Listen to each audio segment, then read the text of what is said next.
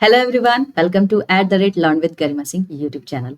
आप सभी को पता है कि मैं यहाँ पर आप लोगों के लिए रीजनिंग का सब्जेक्ट लेकर आई हूँ, जिसमें हम जितने भी कॉन्सेप्ट्स हैं जिससे एसएससी में एग्जाम्स में क्वेश्चंस आते हैं उन सभी को लेकर यहाँ पर आई हूँ। तो आपका 2 चैप्टर कंप्लीट हो चुका है, सिमिलैरिटी और एनालॉगी के हमने चैप्टर्स को देखा है और पीडीएफ भी आपको प्रोवाइड कर दिया गया है, लिंक आपको डिस्क्रिप्शन बॉक्स में मिल जाएगा। आज हम यहाँ पर अल्फाबेट टेस्ट के बारे में पढ़ने वाले हैं, तो ये इसका पार्ट 1 है। तो हम यहाँ पर शॉर्ट ट्रिक सीखेंगे कि कितनी आसानी से हम अल्फाबेट्स को याद करके कितनी आसानी से इसके क्वेश्चंस को सॉल्व कर सकते हैं। तो ठीक है, चलिए स्टार्ट करते हैं। जो लोग भी मेरे इस चैनल पे नए हैं, सबसे पहले जाइए और मेरे इस यूट्यूब चैनल को सब्सक्राइब कीजिए, क्योंकि आपको यहाँ पर फ्री में कंटेंट दिया जा रहा है रिगार्डिंग रीजनिंग सब्जेक्ट, और ये आपके एग्जाम पॉइंट ऑफ व्यू से काफी ज्यादा इंपॉर्टेंट है। जो लोग भी एसएससी 2025 एग्जाम्स को टारगेट कर रहे हैं और जो भी सीएस एस्पिरेंट्स हैं, उनको जरूर मेरे यूट्यूब चैनल को सब्सक्राइब करना चाहिए, ताकि वो यहाँ पर इजी ट्रिक्स को सीख सके और आसानी से सेकेंडों में क्वेश्चन को सॉल्व कर सके। तो चलिए आगे चलते हैं। सबसे पहले ये अल्फाबेट होता क्या है। इंग्लिश में लेटर्स होते हैं 26 लेटर्स, जिसको बोलते हो आप, ए से जेड तक जाता है, इसको हम अल्फाबेट बोलते हैं, राइट। तो ये अल्फाबेट टेस्ट क्या है, रीजनिंग में कैसे हम इसको यूज करते हैं, चलिए उसको देखते हैं। तो अल्फाबेट टेस्ट एक लॉजिकल प्रॉब्लम होता है, जहां पर आपको क्वेश्चन किसके बेस पे होता है, पोजीशंस, अरेंजमेंट और सीक्वेंस ऑफ लेटर्स के बेस पे होता है, एंड देन आप इस तरीके के प्रॉब्लम्स को सॉल्व करते हैं। इसे हम अल्फाबेट टेस्ट बोलते हैं। कॉमन अगर मैं अल्फाबेट टेस्ट की बात करूं तो आप देखेंगे एक होता है पोजीशन बेस्ड, जिसमें आपको आइडेंटिफाई करना पड़ता है पोजीशंस लेटर के, जैसे 8 नंबर पे कौन सा लेटर है, एच लेटर है, या आई कौन से नंबर पे आएगा, क्या पोजीशन है आई का, ठीक है। इस तरीके के क्वेश्चंस आपसे पूछे जाते हैं। दूसरा होता है बैकवर्ड एंड फॉरवर्ड सीक्वेंस, जिसमें आप रिवर्स में लेटर्स को अरेंज करते हो या फॉरवर्ड ऑर्डर में। तीसरा होता है मिसिंग लेटर, जिसमें आपको दे देगा ए सी ई, आगे का फाइंड आउट करो, ठीक है। ये मिसिंग नंबर है, ऑप्शंस आपको 4 प्रोवाइड कर देगा, फाइंड आउट करने को बोलेगा। चौथा होता है आपका कोडिंग एंड डिकोडिंग। इसमें क्या करते हैं, आप रिप्लेस करते हो लेटर्स को based on the given rules. फिर आता है आपका लेटर्स की पेयरिंग, यानी कि अगर ए 1 पे है तो जेड कितना पे होगा, ठीक है, या ए का अपोजिट अगर जेड है तो बी का अपोजिट क्या होगा। इस तरीके के आपको क्वेश्चंस देखने को मिलते हैं। अब आप देखेंगे कि आपने एनालॉगी और सिमिलैरिटी में इस तरीके के सीक्वेंस देखे हैं, इस तरीके का पैटर्न देखा है, बस उसमें नंबर्स होते थे, ठीक है। जैसे 21 अगर 24 से बिलोंग कर रहा है तो 26 किससे बिलोंग करेगा, ऐसे हम देखते थे ना। यहां पर आप अल्फाबेट्स में क्या देखोगे, ए अगर जेड से बिलोंग कर रहा है तो बी किससे बिलोंग करेगा। सेम ही है, बस वो नंबर्स का गेम था, यहाँ पे हम अल्फाबेट्स का गेम है। अब आता है मेन दुख दर्द बच्चों का, ऐसा कह सकते हैं कि अल्फाबेट्स के नंबर को कैसे याद करें मैम। बहुत प्रॉब्लम आती है, एग्जाम में भी हम याद नहीं कर पाते हैं, भूल जाते हैं। तो मैं यहाँ पर आपको ट्रिक सिखाऊंगी कि किस तरीके से हमको अल्फाबेट्स के नंबर को याद करने हैं, यानी कि ए से जेड तक आपके जितने भी लेटर्स हैं उसका पोजीशन, कि कौन से पोजीशन पे कौन सा नंबर, कौन सा अल्फाबेट है, वो याद करना यहाँ पर हम सीखेंगे, ठीक है। कि यानी कि G7 पे है, H8 पे है, ये सारी चीजें अभी जस्ट देखेंगे, थोड़ा सा सब्र करें आप लोग। तो यहाँ पर एक यूनिवर्सल जो हमारा फॉर्मूला होता है, शॉर्ट ट्रिक बोल सकते हैं, जो हर टीचर आपको पढ़ाते हैं। वो क्या पढ़ाते हैं आपको, EJOTY, ये बुक्स में भी दिए हुए हैं कि ये फॉर्मूला है, इसको याद कर लो, अल्फाबेट्स के सारे क्वेश्चंस बन जाएंगे। तो सिर्फ ये 5 नंबर ही याद करके हमें सारे अल्फाबेट्स याद हो जाएंगे क्या एग्जाम्स में क्लिक करेगा उस वक्त जब हम इस 5 नंबर्स को याद करके जाएंगे? तो ऐसा नहीं है, थोड़ा टाइम तो लग ही जाएगा। लेकिन ये मैं बिल्कुल नहीं कहूंगी कि इसको नहीं याद करना है, इसका तो काम आएगा, इसको तो यूज करना ही है मुझे। आगे देखेंगे आप इसको यूज करोगे EJOTY को, तो ई कौन से पोजीशन पे है, तो इसकी नंबरिंग की गई है। 5 पे ये है 10, 15, 20, 25, ठीक है। इसके अलावा जो बाकी लेटर्स हैं वो कैसे याद करना है, अब मैं आपको बताऊं। ए से ई तक तो आपको वैसे भी याद होगा, A1 पे है, B2 पे है, C3 पे है, एंड D 4 पे है, और E तो 5 पे है। दुख दर्द तो इसके बाद आता है, यानी कि आपका E से लेकर के Y तक के बीच में नंबरिंग में दुख दर्द आता है। Y Z का सबको पता होता है, Y 25 पे आता है, Z 26 पे आता है। अब ये जो बीच के लेटर्स हैं उनको कैसे याद करें, बहुत बड़ा तकलीफ है, बहुत बड़ा दुख दर्द है। तो चलिए यहाँ पर थोड़ा सा शॉर्ट ट्रिक सीखते हैं, खुद से भी बनाकर प्रैक्टिस कीजिएगा तभी आपको याद होगा। जैसे अगर आप देखेंगे ई के बाद क्या आता है, एफ आता है, ठीक है। अब एफ ऐसे लिखा जाता है, ठीक है, हमको इसकी पोजीशन जाननी है।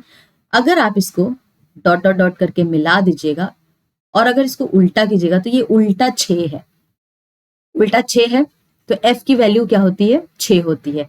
अब एफ को मैंने जोड़ा तो ये किसकी तरह दिख रहा है, पी की तरह दिख रहा होगा आपको। पी भी उल्टा 6 है, तो एफ की वैल्यू 6 है, तो पी की वैल्यू कितनी हो जाएगी, 16, ठीक है। ऐसे ही आपको याद करना है। जी की बात करते हैं, जी, जी में ये देखिए 7 दिख रहा मेरे को, तो इसकी वैल्यू क्या हो जाएगी, जी की 7 हो जाएगी, ठीक है। अब बात करेंगे एच की। चलिए, एच हम ऐसे लिखते हैं। अब इसको ऊपर से भी जोड़ दीजिए और नीचे से भी जोड़ दीजिए, एच को 8 दिख रहा मेरे को, दिखा। अब इससे मिलता जुलता एक है आर, आर को देखिए, इसको जोड़ दीजिए, आर को यहां से भी जोड़ दीजिए, यह इसको जोड़ दीजिए, ये भी 8 की तरह दिख रहा है। वैल्यू क्या होगी आर की, 18, ठीक है। अब आते हैं आई पे। आई को कैसे लिखते हो आप, ऐसे लिखते हो ना, ऐसे भी लिखते हो, ऐसे भी लिखते हो, लेकिन हम ये वाला आई उठाएंगे। ये 9 की तरह दिख रहा है मुझे आई, तो आई की वैल्यू क्या हो जाएगी, 9 हो जाएगी। जे की वैल्यू आपको 10 दे रखी है। अब हम बात करेंगे के की। ये के दिख रहा है, ये जो हमारा डंडा है, अगर मैं इसको स्ट्रेट कर दूं, एक ये था और दूसरा जो ऐसे था डॉट डॉट, उसको मैं स्ट्रेट कर दूं तो मुझे 11 जैसा दिख रहा है, तो के की वैल्यू क्या हो जाएगी, 11 हो जाएगी, ठीक है। अब बात करेंगे एल की। एल में कितने डंडे हैं, 1 और 2, 12 हो गए, ठीक है। अब हम बात करते हैं एम की। एम को उल्टा कर दीजिए, 3 जैसा दिख रहा होगा, तो एम की वैल्यू होती कितनी है, 13, ठीक है। अब सेम इससे मिलता जुलता एक डब्ल्यू भी आपको दिखता है, डब्ल्यू को कर दीजिए उल्टा, ये भी 3 की तरह दिख रहा है, क्या हो जाएगा, इसकी वैल्यू 23 हो जाएगी। एक्स वाई जेड की वैल्यू आप लोग याद कर लेंगे, एक्स वाई जेड क्या होता है, 24, 25, 26, इतना तो याद कर ही सकते हैं कि ये इसका ट्रिक, क्योंकि इसका कोई ट्रिक नहीं है, इसलिए एक्स वाई जेड को आप ऐसे ही याद कर लीजिएगा, ठीक है। अब आता है एन, एन, ठीक है। ये एन को जरा ध्यान से देखेंगे तो ये रोमन का 4 दिख रहा है मेरे को, रोमन का 4 दिख रहा है ना, तो इसकी वैल्यू कितनी होती है, 14 होती है, ठीक है। ओ की वैल्यू 15 ऑलरेडी यहां पर है। अब हम पी देख चुके हैं, क्यू की बात करते हैं। क्यू, क्यू से बनता है क्विन, राइट, और क्विन का एज है 17 साल, क्विन 17, याद कैसे करेंगे, क्विन 17, यानी क्यू की वैल्यू यहां पर हो जाएगी 17, ठीक है। अब आता है यू। यू, यू का मतलब होता है वाई ओ यू, तुम कितने साल के हो, तो तुम 21 साल के हो, तो यू 21 है। तुम कितने साल के हो, तो तुम 21 साल के हो, तो यू हो गया हमारा 21। अब हमारा कौन सा लेटर बच जाता है, अब हमारा लेटर बचता है, पीछे चलते हैं, लेटर को देखते हैं कौन सा लेटर बचा हुआ है। हमने सारे कर लिए हैं अप्रॉक्स, एस हमने नहीं देखा है, एस को देख लेते हैं, ठीक है। चलिए, मैंने यहां पर आपको बताया था आई को हम 9 बोलते हैं। अब एस को देखिए, अगर इसको मैं जोड़ दूं डॉट डॉट, तो ये भी 9 जैसा दिख रहा है, तो इसकी वैल्यू कितनी होती है, 19 होती है। तो ये सारे अल्फाबेट्स हैं जिसको आप खुद से भी ड्रॉ करोगे ना इसकी डायग्राम, तो आपको खुद से पता चल जाएगा कि किसकी वैल्यू क्या है। कितना आसान है यहाँ पर अल्फाबेट्स को याद करना, अल्फाबेट्स के नंबर को याद करना।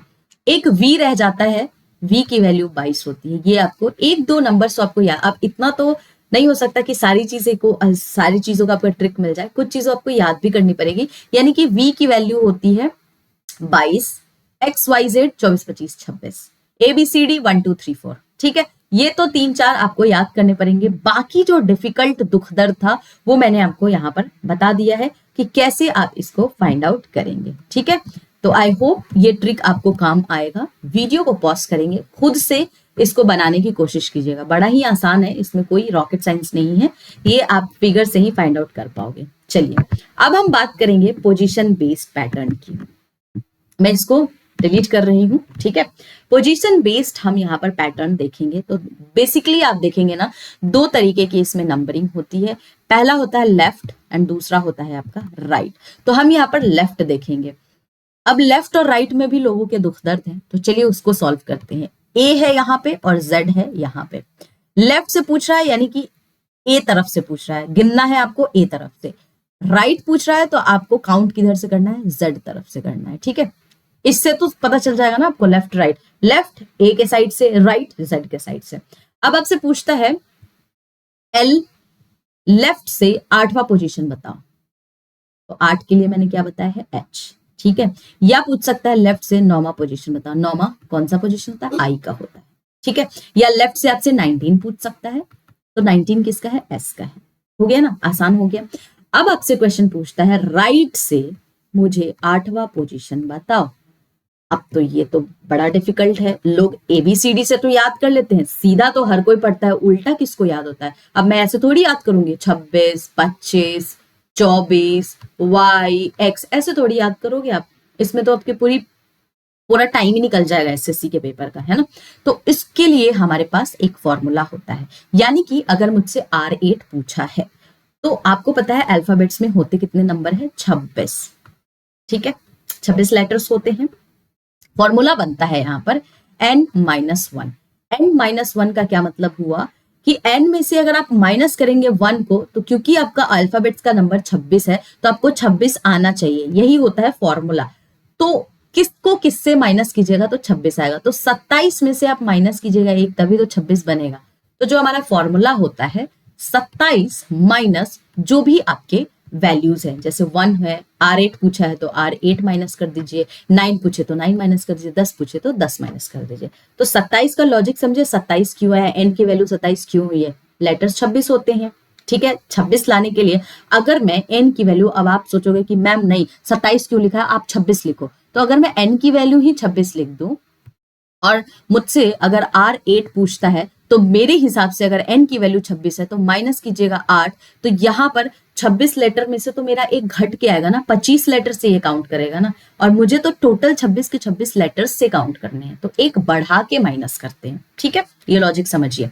अब 27 में से मेरे से R8 पूछा है तो 8 को माइनस कर दीजिए, तो कितना बनेगा, 19 बनेगा। और ये 19 क्या हो गया, हमने राइट को क्या किया, लेफ्ट में कन्वर्ट कर दिया, यानी कि 26 हमारा जेड पे था और हमने इसको 27 में से माइनस किया 8 को, तो मेरा बन गया 19। 19 ये लेफ्ट साइड से 19, और लेफ्ट साइड से 19 पे क्या आता है, मेरा एस आता है। तो करेक्ट आंसर इसका क्या होता, 19 पे एस आता है, ठीक है। तो ये आपका लॉजिक होता है, ये आपका फॉर्मूला होता है। तो जितना भी एग्जाम में आपसे लेफ्ट राइट पैटर्न पूछे, लेफ्ट के लिए तो एज इट इज है, काउंट किया नंबर लिखा। राइट जब पूछेगा तो ऑलवेज 27 में से जो भी राइट का पोजीशन पूछा है आपसे, चाहे 10 हो चाहे 12 हो, उसको माइनस कर दीजिएगा। जैसे उसको माइनस कीजिएगा ये लेफ्ट में कन्वर्ट हो जाएगा। फिर आप देख लीजिएगा कि लेफ्ट से वो नंबर कितने पे आता है, ठीक है। बहुत आसान है, समझ में तो नहीं आया होगा लेकिन इसको हम क्वेश्चन से समझेंगे। अब एक और चीज है जो आप लोगों को यहाँ पर याद करनी है, अगर सेम सेम है, यानी कि लेफ्ट और लेफ्ट क्वेश्चन में पूछता है, from left to the left, ऐसा कुछ क्वेश्चन होता है, तो इन दोनों को हम सब्सट्रैक्ट करते हैं। या राइट और राइट पूछेगा तो सब्सट्रैक्ट कीजिएगा, सेम सेम है दोनों तो सब्सट्रैक्ट होगा। अगर यही डिफरेंट डिफरेंट है, यानी कि लेफ्ट और राइट पूछा है, तो हम क्या करेंगे, यहां पर ऐड कर देंगे। क्या कीजिएगा, ऐड कर दीजिएगा, ठीक है। इसको हम थोड़ा क्वेश्चन से समझेंगे, ज्यादा आपको बढ़िया से समझ में आएगा। चलिए, क्वेश्चन पूछा है मुझसे, which letter will come 4th to the left of 12th from the left. अब एक चीज देखिए, यहां पर लिखा है 4 लेफ्ट एंड 12 लेफ्ट, ठीक है। स्टेटमेंट को समझिए। अब दिमाग में आएगा, मैम आपने कहा सेम सेम है तो दोनों का तो हम डिफरेंस कर देंगे, तो 12 और 4 का डिफरेंस कितना आएगा, 8। अब दिमाग में आएगा, मैम फ्रॉम यहां पर लेफ्ट है, यहां पे भी लेफ्ट है, तो क्या पोजीशन लेफ्ट होगा, राइट होगा, कौन सा होगा, किधर से काउंट करना है हमको, ये बताइए। तो क्वेश्चन में जो भी फ्रॉम के साथ लिखा होगा, अगर यहाँ पे फ्रॉम लेफ्ट लिखा है तो जब इन दोनों का डिफरेंस कीजिएगा तो ये भी लेफ्ट ही आएगा। अगर यहां पर फ्रॉम राइट लिखा होता तो पोजीशन यहाँ पे क्या होता, आर होता, राइट होता। और अगर राइट होता तो 27 में से आपको 8 को माइनस करना पड़ता। जो भी फ्रॉम के साथ लगा होगा ना, वही आपका पोजीशन काउंट करना है। तो यहाँ पे क्या लगा है, फ्रॉम लेफ्ट, यानी कि 8 फ्रॉम लेफ्ट। तो लेफ्ट साइड यानी ए के साइड से 8वां पोजीशन आपको बताना है यहाँ पे कि क्या होगा।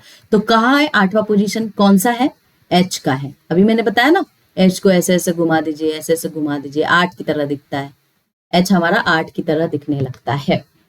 तो हमारा करेक्ट आंसर यहाँ पे क्या होगा, H is the correct answer. देखिए मैं यहाँ पे आपको बना के भी दिखाई हूँ, 1 मिनट, इसको मैं हटा देती हूँ, आप देखिए।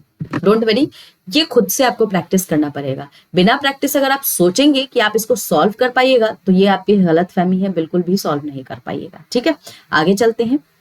दूसरा क्वेश्चन आपसे पूछता है, 4th to the right of 12th from the right.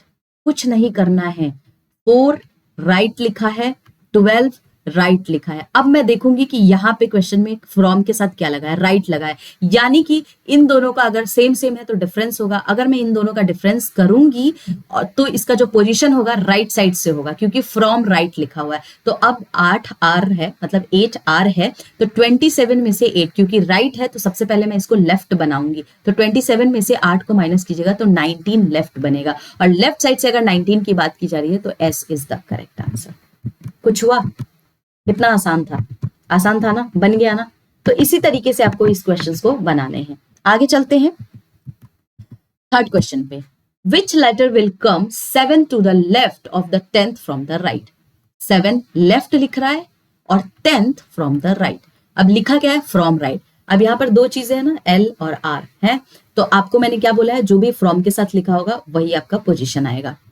अब इन दोनों के बीच क्या करेंगे, क्योंकि दोनों डिफरेंट डिफरेंट है, मैंने बोला था जब दोनों डिफरेंट होगा तो ऐड होगा, तो 17 हो जाएगा, राइट। तो 17 आर हो जाएगा, लेकिन राइट से है तो हमको 27 में से 17 को करना पड़ेगा माइनस। जब माइनस कीजिएगा तो 10 एल, लेफ्ट से एल पूछ रहा है, क्या हो जाएगा करेक्ट आंसर आपका, जे इज द करेक्ट आंसर।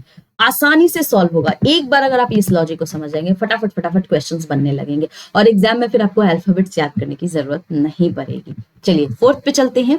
पूछा है 9 to the right and 10th from the left. कुछ नहीं कीजिए, राइट है और 10th फ्रॉम द लेफ्ट है, तो यानी कि इन दोनों का जो एडिशन होगा, तो जो हमारा क्वेश्चन है वो क्योंकि फ्रॉम लेफ्ट है तो हमारा जो एडिशन बन के आएगा 19 वो लेफ्ट से होगा, तो लेफ्ट से 19 में क्या आता है, एस पोजीशन पे आता है। तो करेक्ट आंसर मेरा क्या हो जाएगा, एस हो जाएगा। लो, 1 सेकंड भी नहीं लगा, ये क्वेश्चन सॉल्व हो गया। आगे चलते हैं नेक्स्ट क्वेश्चन पे।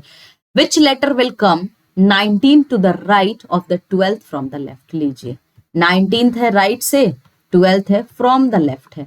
चलिए ऐड कर देते हैं, दोनों को ऐड करेंगे, कितना होगा 31, और क्योंकि फ्रॉम लेफ्ट है तो फ्रॉम लेफ्ट 31। अब दिमाग में आएगा मैम 26 लेटर होते हैं, आपने तो कहा था 26 लेटर होते हैं, यहाँ पर 31 बोल रहा है और ए साइड से 31 लेटर पे तो कुछ है ही नहीं, है ना।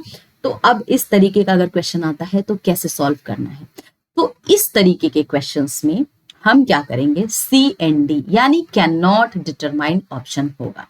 लेकिन कभी कभी एसएससी बहुत चालाक है, तो यहां पर वो क्या करते हैं कि सी एंड डी कभी कभी ना दे करके आपको ऐसे दे देंगे ए बी सी डी, ऐसा ऑप्शन दे देंगे, कहीं आपको सी एंड डी दिखेगा ही नहीं।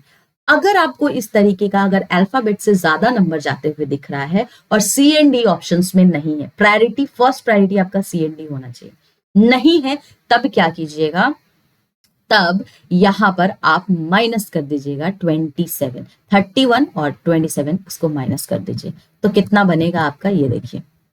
जब आप 26 माइनस कीजिए, नॉट 27, लेटर हमारा 26 है, तो जब माइनस कीजिएगा तो 5 आएगा, तो ई का पोजीशन 5 पे है, तो हमारा करेक्ट जो ऑप्शन में अगर ई है तो हमारा करेक्ट आंसर हो जाए। अदरवाइज इसका answer always C and D ही होता है, ठीक है। अगर नहीं है सी एंड डी तब आपको ये वाला ऑप्शन ट्राई करना है, 31 में से 26 को माइनस कर देना है, ठीक है। आगे चलते हैं नेक्स्ट क्वेश्चन पे। Which letter will come 9th to the left and 24th from the left. इसका तो पोजीशन सीधी सी बात है लेफ्ट होगा, डिफरेंस होगा यहाँ पे, है ना। तो क्या आएगा डिफरेंस? देखिए वीडियो को पॉज करके ना खुद से सॉल्व कीजिए इसको, क्योंकि अगर खुद से सॉल्व नहीं करेंगे तो इस तरीके के क्वेश्चंस को आप कभी भी नहीं बना पाइएगा। और मैं ये आपको बार बार बोलती हूँ, क्योंकि अगर प्रैक्टिस नहीं कीजिएगा तो इस तरीके के क्वेश्चंस को सॉल्व करना आपके लिए बहुत ज्यादा मुश्किल हो जाएगा गाइस, ट्रस्ट मी। खुद से सॉल्व कीजिए इसको। तो 15th एल आया था, 15th एल पे पोजीशन किसका होता है? ओ का होता है। EJOTY 5, 10, 15, 20, 25। 15 पे आपका क्या आता है? ओ आता है। नेक्स्ट क्वेश्चन है हमारा, which letter will come from 4 to the right of the 14th from the right? कैसे सॉल्व करेंगे इसको? 4th राइट, 14th राइट, है ना। अब देखिए सेम सेम बट डिफरेंट, ये वाला आपने कॉन्सेप्ट तो सुना ही होगा ना। ये आपका आता है ना सेम सेम बट डिफरेंट, किसी चॉकलेट के एडवर्टीजमेंट में ऐसा आता है, राइट। तो यहाँ पे आप देखेंगे दोनों सेम है, हमको क्या करना है? डिफरेंस निकालना है। 10 होगा लेकिन राइट से है 10, क्या करेंगे? इसको लेफ्ट में कन्वर्ट कीजिए। लेफ्ट में कन्वर्ट कीजिएगा, कितना बनेगा? 17L। लेफ्ट से 17। मैंने आपको बोला था क्वीन की एज 17 साल की है, 17 साल की हमारी क्वीन है, तो क्यू की वैल्यू मेरी क्या है? 17। तो करेक्ट आंसर क्या हो जाएगा यहाँ पे? क्यू। चलिए नेक्स्ट क्वेश्चन की तरफ हम बढ़ते हैं। Question number 8, which letter will come 6 to the left of 12th from the right? तो 6th L, 12 राइट। अब दोनों डिफरेंट है, एडिशन होगा, 18R हो जाएगा। राइट साइड दिया है तो इसलिए 27 में से 18 हमारा माइनस हो जाएगा, ताकि ये लेफ्ट में कन्वर्ट हो जाए। और यहाँ पर करेक्ट आंसर क्या हो जाएगा? 9th पोजीशन पे लेफ्ट से क्या आता है? I आता है। तो करेक्ट आंसर क्या होगा मेरा? I is the correct answer. खुद से वीडियो को पॉज करके भी इन सारे क्वेश्चंस को आपको सॉल्व करना है। Which letter will come 5th to the right, 11th from the left? From the left है तो यही लेफ्ट वाला ही जाएगा।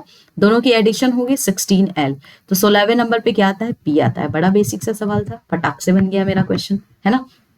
आगे चलते हैं। नेक्स्ट क्वेश्चन है, which letter will come 15th right, 13th from the left? चलिए दोनों को ऐड कीजिए, कितना हो जाएगा? 28L आएगा। अब फिर आप कहोगे मैम 26 ही लेटर होते हैं, ये 28 कैसे आ गया? तो क्या करना है, अगर 28L आ रहा है तो ऑप्शन हमको देखना है CND लिखा है कि नहीं। अगर CND है तो पहली प्रायोरिटी मेरी क्या होगी? CND होगी। लेकिन अगर CND नहीं है तो हम इसको माइनस करेंगे 26 से, कितना आएगा? 2। और दूसरा लेफ्ट से दूसरा पोजीशन किसका है? B का। तब आपको ऑप्शन में अगर B दिख रहा है तो आप करेक्ट ऑप्शंस लगाइएगा, अदरवाइज पहला आपका क्या होना चाहिए प्रायोरिटी? CND, cannot determine. चलिए 11th नंबर क्वेश्चन पे चलते हैं। Which letter will 4th to the right of the 7th to the left of 10th from the right? बोलिएगा मैम ये कितना लंबा क्वेश्चन दे दिया आपने। तो 4th राइट, 7th लेफ्ट, इसको मैं शॉर्ट करती हूं आपके लिए, एंड 10th राइट, ये लिखा है। अब आप कहोगे मैम इस दोनों को पहले सॉल्व करूं या इस दोनों को सॉल्व करूं या इन दोनों को सॉल्व करूं, किसको पहले सॉल्व करें हम? यहाँ पर क्वेश्चंस तो यही आते होंगे दिमाग में। यहां पर आपको क्या करना है? फ्रॉम राइट, तो जो भी फ्रॉम के बाद है ना, पहले हम इसी से स्टार्ट करते हैं सॉल्व करना। तो यहां पर मैं 7L और 10R को पहले सॉल्व करूंगी। जब इन दोनों को आप सॉल्व कीजिएगा कितना आएगा? 17R आएगा। अब जो 17R आया तो 4R और 17R को अब मैं कैलकुलेट करूंगी, सेम सेम बट डिफरेंट, क्या हो जाएगा? 13R। चलिए 27 में से अब 13 को माइनस कीजिएगा, क्यों? क्योंकि हमको इसको लेफ्ट में बनाना है। लेफ्ट में 14th नंबर कौन सा है? N का आता है। मैंने बोला था N रोमन का 4 है, 14, ठीक है। तो N is the correct answer. सिखाया है ना अभी कैसे अल्फाबेट्स को याद करना है, इसी तरीके से आपको इस क्वेश्चंस को सॉल्व करना है। एक और क्वेश्चन करेंगे इस पे। Which letter will come 5th to the left, 8th to the left, 10th to the right and 12th to the right? क्या करना है? From the right. तो फ्रॉम द राइट है, इधर से सॉल्व होगा। पहले ये दोनों सेम सेम बट डिफरेंट वाला सॉल्व होगा, तो 2R होगा। अब 8L और 2R को हम कैलकुलेट करेंगे तो 10R आएगा। अगेन 5L और 10R को कैलकुलेट करेंगे, कितना आ जाएगा? 15R आ जाएगा। अब 27 में से 15 को हम माइनस कर देंगे क्योंकि हमको लेफ्ट निकालना है। लेफ्ट पोजीशन निकालने के लिए ये आ जाएगा 12L। अब 12L आ गया, यानी कि L 12वां कौन सा पोजीशन होता है? L का होता है। L में कितने डंडे? 2 डंडे, क्या हो जाएगा? 12। तो L की पोजीशन 12 हो गई। तो सॉल्व हो गया ना आपका क्वेश्चन। तो देखिए मैंने ना आपके लिए यहाँ पर स्टेप्स भी लिखे हैं ताकि आपके लिए थोड़ा सा आसान हो जाए समझना कि पहले मैम ने कौन से स्टेप को फॉलो किया है, फिर कौन सा गया है, फिर कौन सा गया है। एक क्वेश्चन आपके लिए होमवर्क है, क्वेश्चन नंबर 13 है, which letter will come 6 to the right. थोड़ा हिंट देती हूँ, 6 right, 8 right, 5 L and 12 from the L। यही लिखा है ना। पहले क्या करना है, इन दोनों को आप सॉल्व कीजिएगा, जो भी आएगा उसको 8R के साथ कैलकुलेट कीजिएगा। आप इसका जो आएगा उसको 6R के साथ कैलकुलेट कीजिएगा। जब कैलकुलेट करने के बाद या दो ही चीज हो सकती है, दो ही नंबरिंग आ सकती है, एक लेफ्ट एक राइट। लेफ्ट आता है तो एज इट इज आपको नंबरिंग डालनी है, राइट आता है आपके पास तो 27 में से जो भी नंबरिंग है उसको माइनस करके सबसे पहले लेफ्ट में कन्वर्ट करना है एंड देन आप उसका पोजीशन लिखिएगा। ठीक है, तो इस क्वेश्चन का आंसर मुझे हर किसी से कमेंट सेक्शंस में चाहिए। मैंने इसका हिंट भी आपको प्रोवाइड किया है, तो आई होप आप लोग इस क्वेश्चन को सॉल्व कर पाओ। जितने भी क्वेश्चंस मैंने कराए हैं सबके वीडियोस को पॉज करके खुद से सॉल्व करने की कोशिश कीजिएगा। ठीक है, अच्छी तरीके से एग्जाम्स की प्रिपरेशंस कीजिए। पसंद आ रहा है वीडियो को लाइक कीजिए, ज्यादा से ज्यादा लोग इसको शेयर कीजिए। अच्छी तरीके से यहाँ पर एसएससी एग्जाम्स की प्रिपरेशंस कीजिए फ्री ऑफ कॉस्ट में। ज्यादा से ज्यादा अपने दोस्तों को शेयर कीजिए। जिनके पास भी मेरा इस यूट्यूब चैनल का जो है सब्सक्रिप्शन नहीं है उनको प्लीज प्रोवाइड कीजिए ताकि वो भी फ्री में आपकी तरह रीजनिंग के क्लासेस यहाँ पर सीख सके। ठीक है, फिर मिलते हैं नेक्स्ट वीडियो में। तब तक आपको क्या करना है, खुश रहना है, मोटिवेटेड रहना है और अच्छी तरीके से एसएससी एग्जाम्स की प्रिपरेशन करते रहना है।